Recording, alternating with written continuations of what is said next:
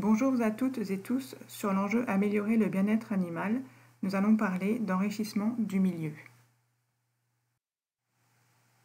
Tout d'abord, nous commencerons par un rappel réglementaire, qui date de 2008 dans une directive européenne.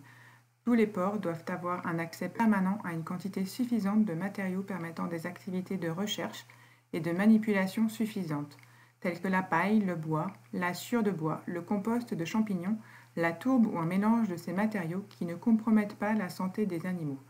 Un arrêté ministériel français qui date de février 2020 vient préciser le nombre et la qualité des matériaux en fonction de l'effectif de port de la case. Cet arrêté ministériel s'appuie sur une recommandation de l'Union européenne qui date de 2016. Cette recommandation a classé en 3 catégories les matériaux en fonction de leur intérêt pour l'activité de manipulation, d'investigation des porcs. Tout d'abord, les matériaux optimaux, qui sont des matériaux organiques sous forme de litière. En deuxième catégorie, les matériaux sous-optimaux, qui sont des matériaux organiques à base de produits naturels tels que le bois, la paille longue ou broyée en râtelier, les cordes naturelles ou des cartons.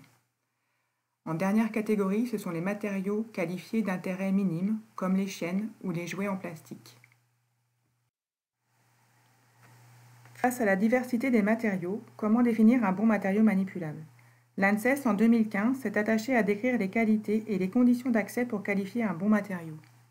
Celui-ci doit être déformable, mâchonnable, durablement attractif, bien positionné, c'est-à-dire proche du sol, à distance des murs et des coins de la case. Il doit être non mobile sur le sol de l'ensemble de la case. Il ne doit pas être souillé. Il doit être présent en nombre et en quantité suffisant. Il doit être disponible en permanence et satisfaisant sur le plan sanitaire.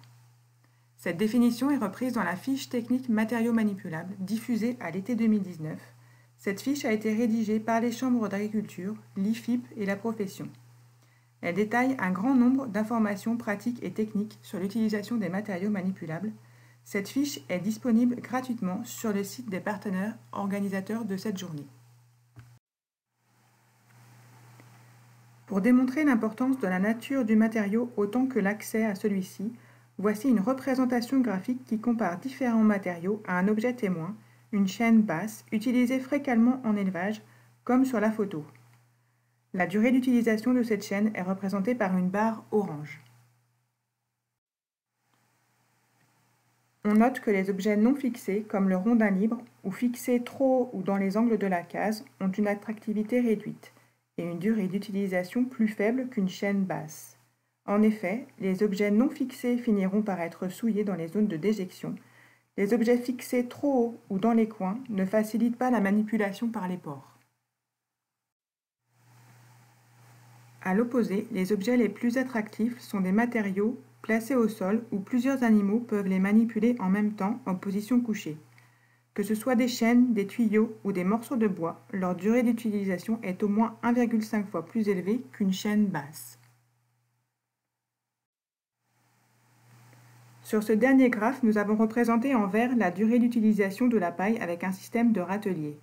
Cette durée d'utilisation est 3 fois plus élevée qu'une chaîne basse, ce qui démontre aussi l'intérêt de ce substrat pour les activités des porcs. Fort de ce constat, la ferme expérimentale des Trénotières a souhaité pouvoir mettre à disposition de la paille dans son bâtiment d'engraissement sur sol ajouré, équipé de raclage à plat. Chaque case de 15 porcs reçoit donc régulièrement une distribution de paille broyée sur une dallette de 0,4 m². Cette dallette étant fixée le long de la paroi. La vidéo illustre une distribution automatique dans 2 cases contiguës et montre l'attractivité des porcs qui se pressent autour de la dallette pour récupérer la paille.